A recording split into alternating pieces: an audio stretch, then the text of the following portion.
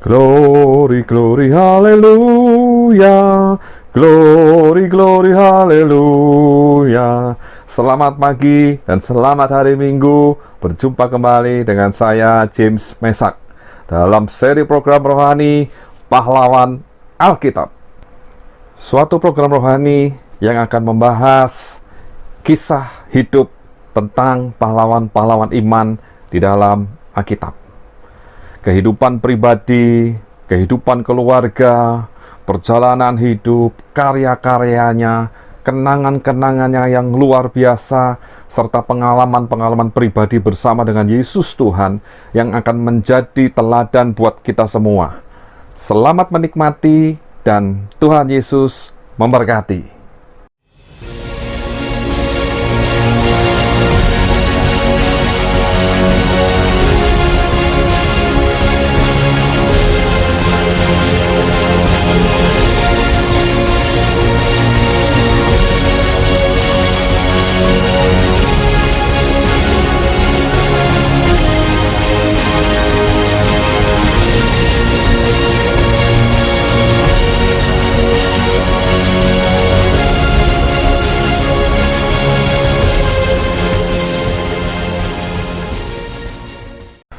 Shalom, selamat pagi Bapak Ibu yang dikasihi Tuhan. Kita berjumpa kembali dalam program Pahlawan Alkitab.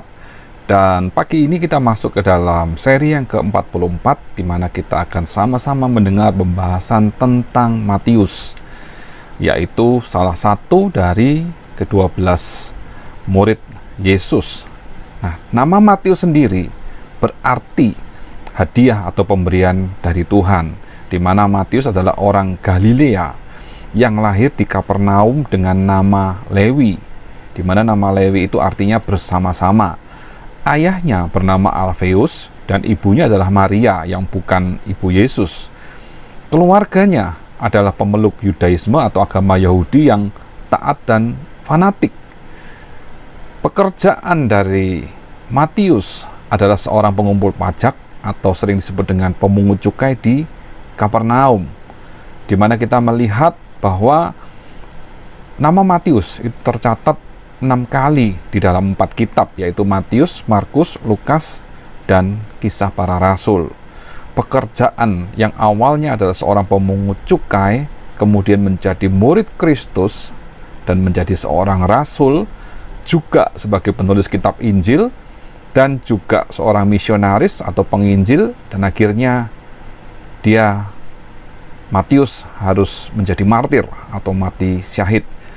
Nah, Matius adalah sumber utama atau penyusun atau penulis dari kitab Injil Matius, salah satu dari 4 kitab Injil di dalam Alkitab. Dan oleh karena itu Matius disebut juga sebagai Matius Penginjil. Lahir pada tanggal 1 Januari atau abad pertama sebelum Masehi dan wafat sekitar 60 atau 70 tahun setelah Masehi.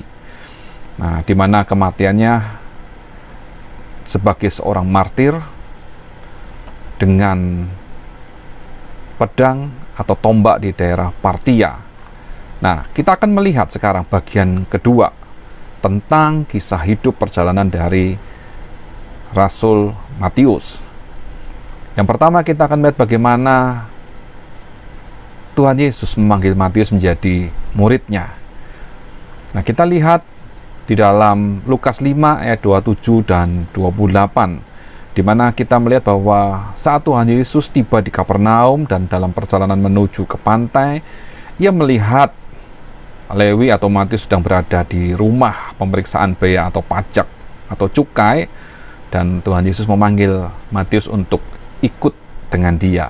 Kita akan baca Tuhan Yesus waktu memanggil Matius ini dalam 3 kitab Injil. Yang pertama kita akan baca dalam Matius 9 ayat 9.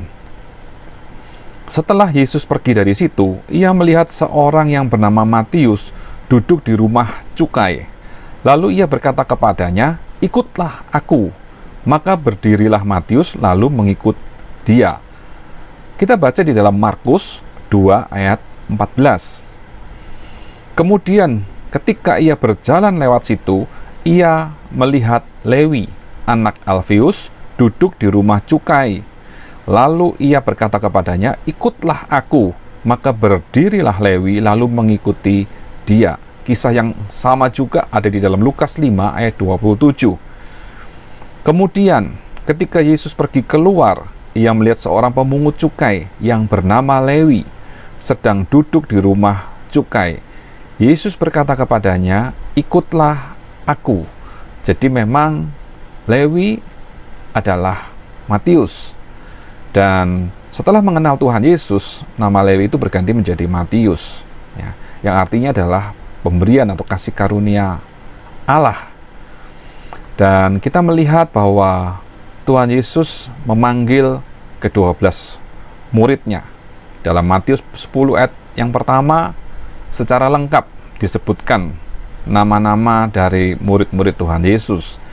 Dan di dalam Matius 10 ayat 3, saya bacakan, Filipus dan Bartolomeus, Thomas dan Matius pemungut cukai, Yakobus anak Alfeus dan Tadeus.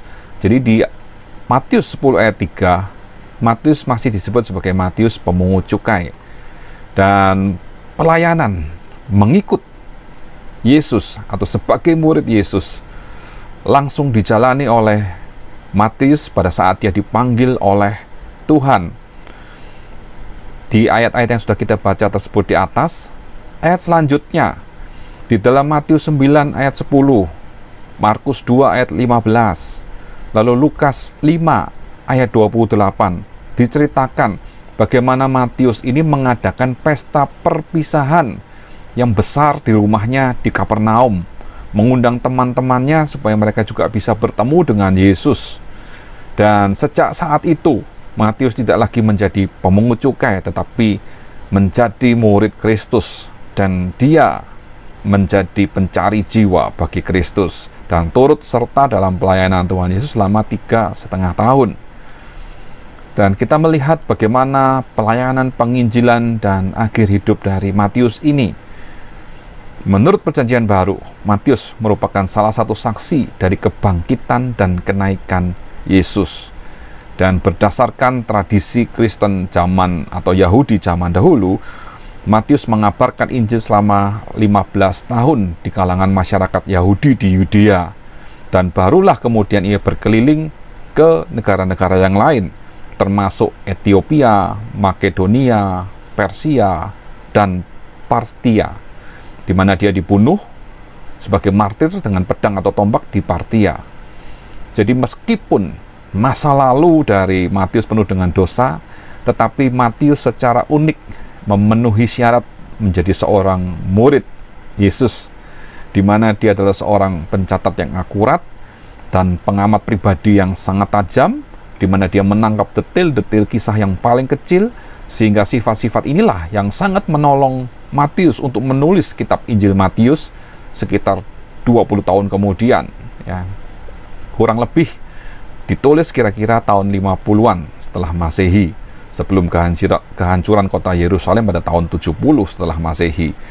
Dan di sini kita melihat bahwa kemampuan dari Matius untuk menulis kitab Injil secara sistematis dan memberikan informasi yang jelas tentang Tuhan Yesus yang bisa kita baca di dalam kitab Matius ini akan sangat membantu kita untuk memahami siapa Yesus Kristus, siapa Tuhan dan Juru Selamat Mesias itu. Dan inilah peran, pelayanan, kehidupan dari Matius, di mana Matius dipakai oleh Tuhan menjadi murid dan rasul daripada Tuhan Yesus Kristus, dan mengakhiri hidupnya dengan setia, menjaga iman dengan teguh, sekalipun harus martir, mati syahid. Lalu apa yang menjadi keteladanan Matius buat kita semua hari ini? Di sini kita melihat bahwa Matius memiliki kelebihan dibandingkan yang lain. Keunikan dia itu menjadi kelebihan dibandingkan murid-murid Yesus yang lain, di mana Matius adalah seorang yang sangat teliti, pengamat detail yang sangat teliti, pencatat yang akurat, dan mencatat detail kehidupan kisah Yesus dari kelahirannya sampai dengan kematian dan terangkat naik ke surga. Lalu banyak khotbah-khotbah, contohnya khotbah di atas bukit yang ditulis di dalam Injil Matius. Ini salah satu keteladanan Matius yang bisa kita teladani saat ini.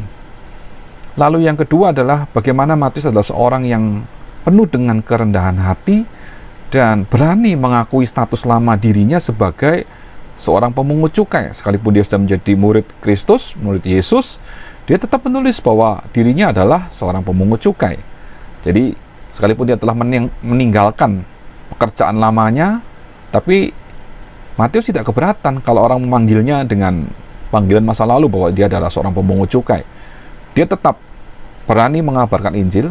Matius tetap penuh dengan kerendahan hati menerima panggilan itu dan menunjukkan bahwa sekarang Matius adalah Matius yang berbeda dengan dirinya yang dahulu, dan itulah menunjukkan citra diri yang sudah berubah karena Yesus sudah memanggil Matius. Dan kita lihat bahwa Matius juga adalah seorang yang memiliki komitmen dan integritas yang luar biasa. Bagaimana Matius memperlihatkan salah satu kehidupan yang diubahkan secara radikal di dalam Alkitab sebagai respon atas panggilan Tuhan Yesus. Matius tidak ragu-ragu lagi saat Tuhan Yesus memanggil, "Ikutlah aku." Dia meninggalkan kehidupannya yang berlimpah dengan kekayaan dan harta, kehidupan yang aman dalam jabatan dia, posisi dia, meninggalkan semua itu, tapi rela menerima ketidakpastian, kemiskinan, atau menolak kesenangan dunia demi mengikut Yesus Kristus yang adalah Tuhan dan Juru Selamatnya. Nah, dari sekian banyak kelebihan keteladanan Matius dalam hidup kita, maukah kita meneladani Matius untuk hidup dengan kerendahan hati, keberanian untuk memberitakan Injil, menanggalkan segala kehidupan lama kita, menjadi satu kehidupan baru yang dipenuhi oleh Roh Kudus, menjadi pengikut Kristus yang sejati, menunjukkan komitmen yang sungguh-sungguh, belajar kebenaran firman Tuhan, dan menjadi berkat dimanapun Tuhan tempatkan kita. Dan inilah yang menjadi berkat keteladanan kisah Matius yang kita baca dan kita dengar hari ini.